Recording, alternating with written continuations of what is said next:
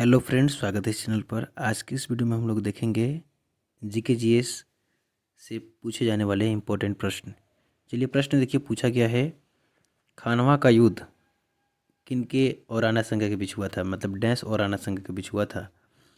आपको पता होगा कि बाबर और राणा संगा के बीच खानवा का युद्ध हुआ था 1527 में। देखिए फ्रेंड्स, 1526 में जो युद्ध हुआ था वो पानीपत का प्रथम युद्ध हुआ था बाबर और इब्राहिम लोदी के बीच। 1527 में जो युद्ध हुआ था बाबर और राणा संगा के बीच, जिसे हम लोग खानवा का युद्ध कहते हैं। 1528 में युद्ध हुआ था चंदेरी का युद्ध हुआ था, जो कि बाबर और मेदिनी राय के बीच हुआ था। और 1529 में घाघरा का युद्ध हुआ था, जो कि बाबर और महमूद लोदी के बीच हुआ था। ठीक है। और 1530 में बाबर की मृत्यु हो गई थी। तो यहाँ से इतना प्रश्न याद रखिएगा, इम्पोर्टेंट है बीएसएससी के लिए। ठीक है फ्रेंड्स, चलिए हम लोग नेक्स्ट देखते हैं। देखिए, प्रश्न पूछा गया है कि औरंगजेब ने डैश की अवधि के दौरान मुगल साम्राज्य पर शासन किया। तो आपको पता होगा कि औरंगजेब ने 1658 से लेकर 1707 ईस्वी तक मुगल साम्राज्य पर शासन किया। औरंगजेब के पिता का नाम शाहजहां था, और याद रखिएगा कि औरंगजेब को आलमगीर के भी नाम से जाना जाता है। आलमगीर के भी नाम से जाना जाता है। औरंगजेब के द्वारा ही सिखों के 9वें गुरु तेग बहादुर की हत्या किया गया था। ठीक है फ्रेंड्स, तो ये सारे इंपॉर्टेंट प्रश्न बनता है, यहाँ से याद रखिएगा। चलिए हम लोग नेक्स्ट देखते हैं। देखिए, प्रश्न पूछा गया है कि यूएस यानी यूनाइटेड स्टेट का राष्ट्रीय खेल कौन सा है। तो आपको पता होगा कि यूएस का जो राष्ट्रीय खेल है वो बेसबॉल है, और भारत का हॉकी है। याद रखिएगा फ्रेंड्स। चलिए हम लोग नेक्स्ट देखते हैं। देखिए, प्रश्न पूछा गया है कि भारतीय संविधान के निम्नलिखित अनुच्छेदों में से कौन सा राष्ट्रीय अनुसूचित जाति आयोग से संबंधित है। तो इसका राइट आंसर होगा अनुच्छेद 338 अनुसूचित जाति आयोग से संबंधित है। देखिए, प्रश्न पूछा गया है कि भारत की आकस्मिकता निधि का संरक्षक कौन होता है। तो भारत के आकस्मिकता निधि का संरक्षक भारत के राष्ट्रपति होते हैं। और संचित निधि का संरक्षक पूछा जाए फ्रेंड्स, तो इसका संरक्षक संसद होता है। याद रखिएगा। ठीक है, चलिए फ्रेंड्स हम लोग नेक्स्ट देखते हैं। देखिए, प्रश्न पूछा गया है कि भारतीय राष्ट्रीय कांग्रेस का लाहौर अधिवेशन कब आयोजित किया गया था। तो आपको पता होगा कि यह अधिवेशन जो है 31 दिसंबर 1929 को आयोजित किया गया था, जहां बैठक में उपस्थित सभी ने 26 जनवरी को स्वतंत्रता दिवस के रूप में मनाने का संकल्प लिया था। और इस अधिवेशन का लाहौर अधिवेशन की अध्यक्षता पंडित जवाहरलाल नेहरू के द्वारा किया गया था। ये याद रखिएगा। चलिए फ्रेंड्स हम लोग नेक्स्ट देखते हैं।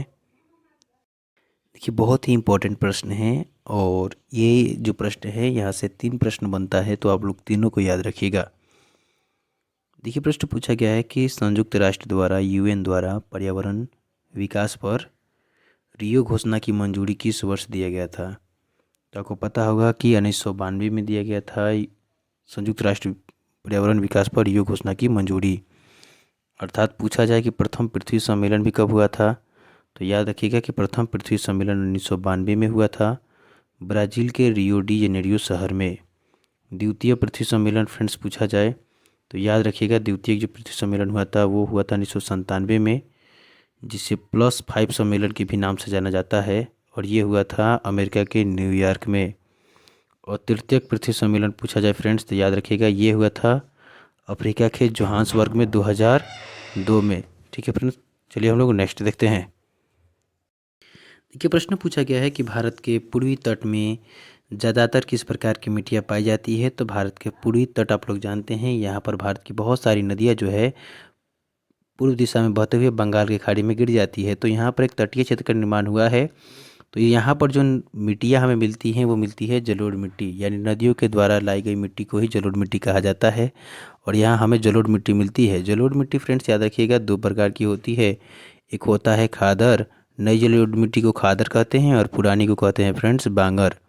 याद रखिएगा, भारत में सबसे अधिक क्षेत्र में फैली मिट्टी कौन सी है? तो जलोढ़ मिट्टी है, ये याद रखिएगा। और भारत में सबसे अधिक उपजाऊ मिट्टी भी पूछा जाए तो कौन सी है? जलोढ़ मिट्टी है। मिट्टी से एक और प्रश्न याद रखिएगा, जो काली मिट्टी है इसमें सबसे अधिक जल धारण करने की क्षमता होता है। पूछा जाए कि सबसे अधिक जल धारण करने की क्षमता किस मिट्टी में होती है? तो काली मिट्टी में होती है। काली मिट्टी का दूसरा नाम भी पूछा जाता है, तो याद रखिएगा काली मिट्टी का दूसरा नाम रेगुर मृदा है। क्या है फ्रेंड्स? रेगुर मृदा है। और काली मिट्टी कपास की फसल के लिए उपयुक्त होती है, इसलिए इसे कपासीय मृदा भी कहा जाता है। और काली मिट्टी का काला रंग याद रखिएगा, लोहा और एल्युमिनियम के कारण जो है काली मिट्टी का काला रंग होता है। ठीक है फ्रेंड्स, तो ये सारे इंपॉर्टेंट प्रश्न हैं, इनको याद रखिएगा। चलिए हम लोग नेक्स्ट देखते हैं। देखिए, प्रश्न पूछा गया है कि बाड़ी दोआब डैश के बीच का क्षेत्र है। तो आप लोग को पता होगा कि दो नदियों के बीच की भूमि को क्या कहते हैं फ्रेंड्स? दोआब कहते हैं। क्या कहते हैं फ्रेंड्स? दोआब कहते हैं। तो जो दो नदियों के बीच की जो भूमि होता है उसे क्या कहते हैं फ्रेंड्स? दोआब कहते हैं। और बाड़ी दोआब आपको याद होना चाहिए कि बाड़ी दोआब जो है ब्यास और रावी के बीच स्थित है। देखिए फ्रेंड्स, बाड़ी दोआब जो है ये पश्चिमी मैदान में स्थित है। पश्चिमी मैदान अर्थात कि पंजाब के मैदान में ये सारे दोआब स्थित हैं। पंजाब के मैदान में जो है बारी दोआब भी स्थित है, बीस्त दोआब स्थित है, रचना दोआब स्थित है, सिंध सागर दोआब स्थित है, चेंज दोआब भी स्थित है। तो यहाँ से बहुत सारे प्रश्न बनता है। चलिए हम एक एक कर बताते हैं, थोड़ा टाइम लगेगा लेकिन आप लोग ध्यान से सुन लेंगे तो यहाँ से जो भी प्रश्न दोआब से बनेगा आप लोग बता देंगे। मात्र 5 इंपॉर्टेंट दोआब है, इन दोआबों को आप लोग याद रखिए। जैसे आप बारी आपको पता हो चुका, उसी तरह रचना दोआब पूछा जाता है, तो रावी और चिनाब के बीच जो दोआब है उसे रचना दोआब कहते हैं। बीस्त दोआब पूछा जाए तो फ्रेंड्स देखिए, ब्यास और सतलज के बीच जो दोआब है उसे कौन सा दोआब कहते हैं? बीस्त दोआब कहते हैं। चेंज चेंज दोआब पूछा जाए फ्रेंड्स, तो चेंज दोआब याद रखिएगा, चेंज दोआब जो है ये झेलम और चिनाब के बीच है। और सिंध सागर दोआब जो है ये सिंधु और झेलम के बीच है। तो यहाँ से ये इतना इंपॉर्टेंट प्रश्न बनता है, आप लोग याद कर लीजिएगा। चलिए हम लोग नेक्स्ट देखते हैं। कोलकाता बंदरगाह किस नदी पर स्थित है? तो आपको पता होगा कि कोलकाता बंदरगाह जो है फ्रेंड्स हुगली नदी पर स्थित है। देखिए फ्रेंड्स, कोलकाता बंदरगाह जो है ये बंगाल की खाड़ी से लगभग 203 किलोमीटर की दूरी पर है। 203 किलोमीटर की दूरी पर है कोलकाता बंदरगाह, जो कि पश्चिम बंगाल में है।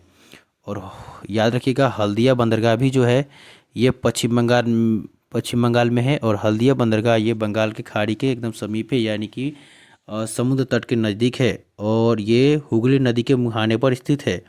तो हल्दिया बंदरगाह भी पश्चिम बंगाल में है और कोलकाता बंदरगाह भी पश्चिम बंगाल में है, ये याद रखिएगा। दोनों का दोनों हुगली नदी के किनारे स्थित है। चलिए फ्रेंड्स हम लोग नेक्स्ट देखते हैं। देखिए, प्रश्न पूछा गया है कि औरंगजेब द्वारा अपने निम्नलिखित में से किन दो सर्वोच्च पदधारक सामंतों को मिर्जा राजा का खिताब दिया गया था? तो औरंगजेब द्वारा निम्नलिखित में से जयसिंह और जसवंत सिंह, इनके दो सर्वोच्च पदधारक थे। इन दोनों पदधारक सामंतों को मीर राजा का खिताब दिया गया था औरंगजेब के द्वारा। औरंगजेब शाहजहां का पुत्र था और इनके द्वारा बीबी का मकबरा का निर्माण करवाया गया था। और सिखों के 9वें गुरु तेग बहादुर की हत्या औरंगजेब के द्वारा ही करवाया गया था। और औरंगजेब को आलमगीर के भी नाम से जाना जाता है, ये फ्रेंड्स याद रखिएगा। ठीक है, चलिए हम लोग नेक्स्ट देखते हैं। देखिए, प्रश्न पूछा गया है कि राज्यसभा के कितने सदस्य हर दूसरे साल सेवानिवृत्त हो जाते हैं और नए चुने गए सदस्य उनका स्थान लेते हैं? तो आपको पता होगा फ्रेंड्स कि 1/3 जो है फ्रेंड्स सदस्य जो हैं हर दूसरे साल सेवानिवृत्त हो जाते हैं और नए सदस्य चुनकर आते हैं। राज्यसभा का जो सदस्य होते हैं हर दूसरे साल यानी 2-2 साल पर 1/3 क्या हो जाते हैं? सेवानिवृत्त हो जाते हैं। चलिए फ्रेंड्स, यहाँ से कुछ इंपॉर्टेंट पॉइंट याद रखिए जो कि एग्जाम में पूछे जाते हैं। देखिए, राज्यसभा का सदस्य बनने के लिए न्यूनतम आयु 30 वर्ष होना चाहिए और लोकसभा का सदस्य बनने के लिए न्यूनतम आयु 25 वर्ष होना चाहिए। लक्ष्य देखिए फ्रेंड्स, लोकसभा को इधर कर देते हैं लोकसभा और इधर राज्यसभा, याद रखिएगा। तो लोकसभा के लिए 25 वर्ष न्यूनतम आयु होना चाहिए फ्रेंड्स, और राज्यसभा के लिए कितना होना चाहिए? 30 वर्ष होना चाहिए। देखिए, लोकसभा को जो है फ्रेंड्स निम्न सदन कहते हैं। क्या कहते हैं फ्रेंड्स? याद रखिएगा, ये पूछा जाता है इसलिए बता रहे हैं। और राज्यसभा को उच्च सदन कहते हैं। क्या कहते हैं? उच्च सदन। ये लोकसभा जो है इसे अस्थायी सदन कहते हैं और इसे क्या कहते हैं फ्रेंड्स? अस्थायी सदन कहते हैं। ठीक है। लोकसभा जो है इसे मूर्खों का सदन कहते हैं और राज्यसभा को विद्वानों का सदन कहते हैं। ठीक है। लोकसभा का जो है युवाओं का सदन कहते हैं और राज्यसभा को बुजुर्गों का सदन कहते हैं। तो फ्रेंड्स यहाँ से ये सारे प्रश्न याद रखिएगा। अभी देखिए वर्तमान में फ्रेंड्स हमारे देश में 543 लोकसभा का जो है सीटें हैं और राज्यसभा का जो है 245 है। अधिकतम कितने हो सकते हैं फ्रेंड्स? तो अधिकतम राज्यसभा का 250 हो सकता है और लोकसभा का अधिकतम कितना हो सकता है? तो 550 हो सकता है। पहले 552 था, लेकिन 104 संविधान संशोधन द्वारा जो दो एंग्लो इंडियन को राष्ट्रपति मनोनीत करते थे उनको हटा दिया गया है, याद रखिएगा। और राज्यसभा में 12 सदस्यों को राष्ट्रपति मनोनीत करते हैं, ये भी याद रखिएगा। चलिए फ्रेंड्स, हम उम्मीद करते हैं कि आप लोग इतना समझे होंगे। हम लोग नेक्स्ट देखते हैं। देखिए फ्रेंड्स, ये भी प्रश्न जो है बहुत ही इंपॉर्टेंट है। हिस्ट्री से अलाउद्दीन खिलजी से बार बार प्रश्न पूछा जाता है बीएसएससी में, तो आप लोग इस पर विशेष ध्यान दीजिएगा। तो ये प्रश्न पूछा गया है कि निम्नलिखित में से दिल्ली के किस सुल्तान ने सबसे पहले दक्षिण भारत के लिए सैन्य अभियान शुरू किया? तो दिल्ली का ऐसा कौन सा सुल्तान है जो दक्षिण भारत के लिए सबसे पहले सैन्य अभियान शुरू किया? तो इसका राइट आंसर होगा फ्रेंड्स अलाउद्दीन खिलजी होगा। देखिए खिलजी जो है फ्रेंड्स, ये खिलजी वंश से संबंधित है और खिलजी वंश का संस्थापना जो है अलाउद्दीन फिरोज शाह खिलजी के द्वारा इसकी स्थापना किया गया था, याद रखिएगा। ठीक है फ्रेंड्स, और ये दिल्ली सल्तनत का एक शासक था अलाउद्दीन खिलजी। ठीक है फ्रेंड्स, ये याद रखिएगा। चलिए हम लोग नेक्स्ट देखते हैं। आपको पता होगा कि अलाउद्दीन खिलजी को ही राणा कुंभा ने हराकर चित्तौड़गढ़ में विजय स्तंभ बनवाया था, अर्थात चित्तौड़गढ़ का किला बनवाया था। ठीक है फ्रेंड्स, तो ये सारे 2-3 पॉइंट हैं इंपॉर्टेंट, याद रखिएगा। चलिए हम लोग नेक्स्ट देखते हैं। देखिए प्रश्न पूछा गया है कि अब्दुल हमीद लाहौरी की कृति बदशाहनामा। आपको पता है कि बदशाहनामा अब्दुल हमीद लाहौरी के द्वारा लिखा गया है। बताना है कि किन के बारे में ये वर्णन करता है। तो आपको पता होगा कि शाहजहाँ के बारे में ये वर्णन करता है। देखिए फ्रेंड्स, हुमायूं के बारे में तो गुलबदन बेगम के द्वारा हुमायूं नामा लिखा गया है। ठीक है, गुलबदन बेगम कौन थी? तो हुमायूं की बहन थी और बाबर की पुत्री थी। तो हुमायूं नामा गुलबदन बेगम के द्वारा लिखा गया है, याद रखिएगा, ये पूछा जाता है। तुजुक ए जहांगीरी जो है, या जहांगीरनामा जो है जहांगीर के द्वारा लिखा गया था, याद रखिएगा। उसी तरह पूछा जाता है फ्रेंड्स बाबरनामा, तब बाबर के द्वारा लिखा गया था। ठीक है, और अकबरनामा याद रखिएगा, अबुल फजल के द्वारा अकबरनामा भी लिखा गया था। ये इंपॉर्टेंट है फ्रेंड्स अकबरनामा, तो इसे भी याद रखिएगा। आईने अकबर जिसे कहा जाता है, अकबरनामा जो है अबुल फजल के द्वारा लिखा गया था। इंपॉर्टेंट है, इसे आप लोग याद कर ही लीजिएगा। यहाँ से 2-3 प्रश्न बनता है जो कि बता दिए। चलिए हम लोग नेक्स्ट देखते हैं। देखिए प्रश्न पूछा गया है कि पुर्तगालियों द्वारा गोवा पर कब्जा कब किया गया था? तो आपको पता होगा कि पुर्तगालियों द्वारा फ्रेंड्स 1510 में गोवा पर कब्जा किया गया था और पहला पुर्तगाली जो वायसराय बन के भारत आया था उनका नाम था फ्रांसिस्को डी अल्मेडा। देखिए फ्रेंड्स, पुर्तगालियों के द्वारा तो गोवा पर अधिकार किया गया था, लेकिन पुर्तगालियों को गोवा से आज़ाद कब, मतलब कि गोवा को पुर्तगालियों से आज़ाद कब कराया गया? तो याद रखिएगा फ्रेंड्स, 17 दिसंबर 1961 को एक ऑपरेशन चला था जिसका नाम था ऑपरेशन विजय। ऑपरेशन विजय के तहत जो है गोवा को पुर्तगालियों से 9 दिसंबर 1961 को आज़ाद कर दिया गया। 9 दिसंबर 1961 को आज़ाद कर दिया गया। यहाँ से पूछा भी जाता है फ्रेंड्स कि किस ऑपरेशन के तहत उसको आज़ाद किया गया था? तो ऑपरेशन विजय के तहत जो है गोवा को पुर्तगालियों से आज़ाद किया गया था।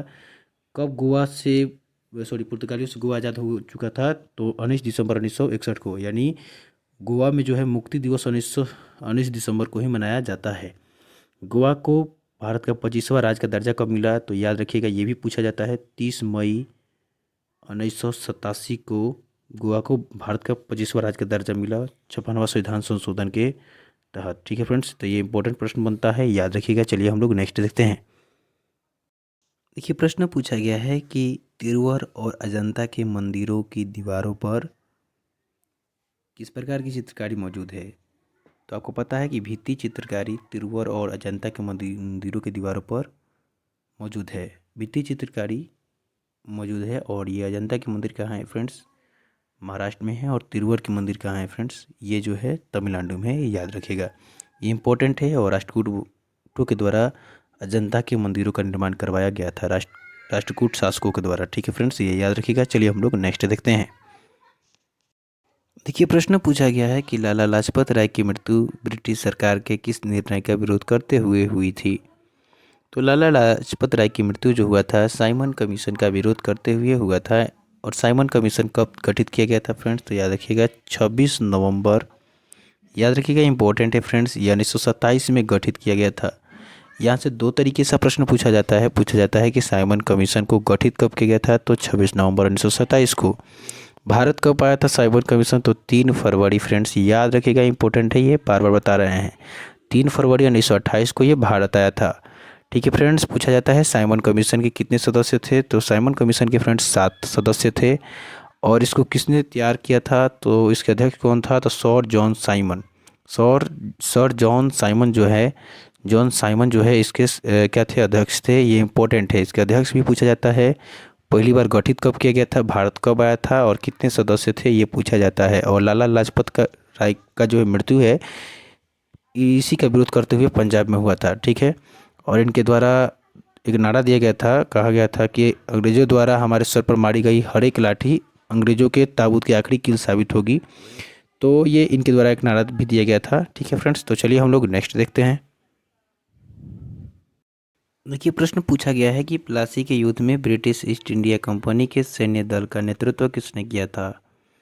तो ब्रिटिश ईस्ट इंडिया कंपनी और सिराजुद्दौला के बीच प्लासी का युद्ध जो हुआ था, उसका नेतृत्व किसने किया था, ब्रिटिश ईस्ट इंडिया कंपनी की। तो रॉबर्ट क्लाइव के बीच हुआ था 1757 में फ्रेंड्स, 1757 में प्लासी का युद्ध हुआ था। और याद रखिएगा एक और प्रश्न कि 1764 में बक्सर का युद्ध हुआ था, मीर कासिम और हेक्टर मुनरो के बीच हुआ था। बक्सर का युद्ध भी पूछा जाता है और प्लासी का युद्ध भी पूछा जाता है, ये इंपॉर्टेंट है। 1757 में प्लासी का युद्ध सिराजुद्दौला और रॉबर्ट क्लाइव के बीच हुआ था। और 1764 में बक्सर का युद्ध मीर कासिम और हेक्टर मुनरो के बीच हुआ था, याद रखिएगा फ्रेंड्स। चलिए हम लोग नेक्स्ट देखते हैं। एक प्रश्न ये भी पूछा जाता है कि the God of small things उपन्यास किसने लिखा था, तो अरुंधति राय के द्वारा लिखा गया था। The God of small things उपन्यास लिखा गया था अरुंधति रॉय के द्वारा। ठीक है, चलिए हम लोग नेक्स्ट देखते हैं। देखिए, पूछा गया है कि दादा भाई नौरोजी किस वर्ष यूनाइटेड किंगडम में हाउस ऑफ कॉमन के पहले भारतीय सदस्य बने। तो दादा भाई नौरोजी जो हैं वो 1892 में यूनाइटेड किंगडम में हाउस ऑफ कॉमन के पहले भारतीय सदस्य बने। फ्रेंड्स, याद रखिएगा भारत में पहली बार राष्ट्रीय आय का अनुमान लगाने वाले व्यक्ति दादा भाई नौरोजी थे, जिन्होंने 1868 में भारतीय राष्ट्रीय आय का अनुमान प्रति व्यक्ति 20 रुपये लगाए थे।